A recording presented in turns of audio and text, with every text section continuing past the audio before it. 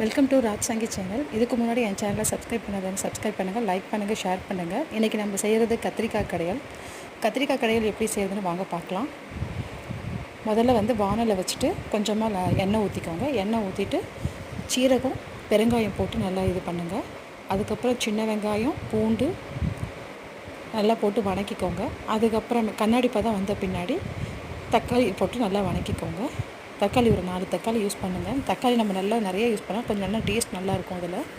அதுக்கப்புறமேட்டு மிளகாய்த்தூள், கொஞ்சோண்டு மஞ்சள்தூள், அதுக்கப்புறமேட்டு சாம்பார் தூள் போட்டு நல்லா வணக்குங்க. அதுக்கப்புறம் ஒரு பச்சை மிளகா போட்டுட்டு அதுக்கப்புறம் கத்திரிக்காய் நல்லா பொடியாக நறுக்கி வச்ச கத்திரிக்காய் போட்டு நல்லா வணக்கிட்டு கொஞ்சம் உப்பு போட்டுக்கோங்க. உப்பு போட்டு நல்லா வணக்க பின்னாடி கொஞ்சம் தண்ணி ஊற்றி நல்லா வேகணுங்க. நல்லா குழையாக வெந்துடணும். வெந்த பின்னாடி நல்லா மசிச்சிக்கோங்க.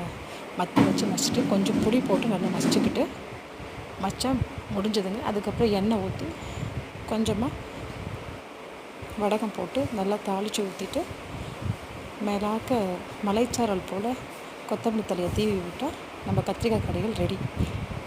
செஞ்சு பாருங்கள். வாங்க சார்.